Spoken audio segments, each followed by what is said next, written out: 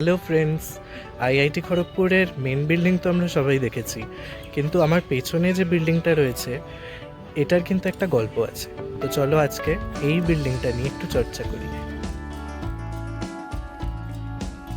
তোমরা অনেকেই হয়তো জানো না, কিন্তু আইআইটি খড়গপুর আমাদের ভারতের স্বাধীনতার সাক্ষী বহন করে চলেছে। এবং এই যে বিল্ডিংটা দেখাচ্ছি আজকে, এটাকে বলা হয় আইআইটি খড়গপুরের পুরনো মেন বিল্ডিং।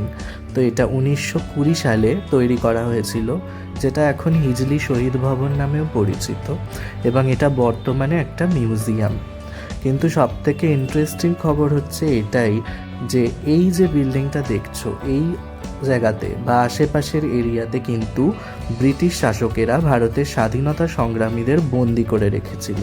তারপরে এই যে এরিয়াটা রয়েছে, এটা কিন্তু দ্বিতীয় বিশ্বযুদ্ধের সময় মার্কিন বিমান বাহিনীর ঘাঁটি হিসেবেও ব্যবহৃত হতো। সেগুলো দেখো, এই যে ভিডিওতে আমি তুলে ধরছি, এখানে কিন্তু সমস্ত নিদর্শন রয়েছে। পুরনো ব্যবহৃত এই সমস্ত যন্ত্রপাতি, একটা ট্রেন এবং প্লেনের এই যে মডেল, এগুলোই এই ইতিহাসকে রিপ্রেজেন্ট করে চলেছে এবং ভীষণ সুন্দরভাবে সংরক্ষণ করে রেখেছে এই আইআইটি খড়গপুরের সমস্ত সংস্থা এবং হেড। চলো এবারে তোমাদেরকে নিয়ে যাই একটু ফ্রিডম পার্কের এই দিকে। এটাও আইআইটি খড়গপুরের মেন বিল্ডিংয়ের পাশেই। দেখো, এখানে লেখা রয়েছে হিজলি বন্দিবাসীদের নিবাস, অর্থাৎ জেল। এগুলো কিন্তু পরপর সারি দিয়ে জেল রয়েছে, এবং এর ভেতরে দেখো যেমন লেখা আছে রানী শিরোমণি, অর্থাৎ এখানে যাকে বন্দি করে রাখা হয়েছিল আর কি, তাদের সবার নাম এখানে মেনশন রয়েছে।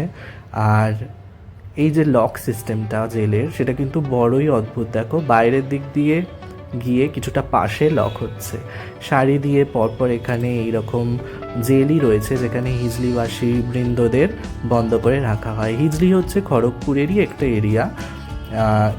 এই অঞ্চলটা পুরোটা হিজলির আন্ডারেই আসছে, তো সেই জন্য এটাকে হিজলিবাসী বৃন্দ বা ওইভাবে ইতিহাসে রিপ্রেজেন্ট করা হচ্ছে। তোমাদের কেমন লাগলো এই ছোট্ট শর্ট ব্লগটা আমাকে অবশ্যই কমেন্টে জানিও, এবং আরও যদি এরম ভিডিও দেখতে চাও আমাকে অবশ্যই বলো এবং ফলো করতে ভুলো না। So by.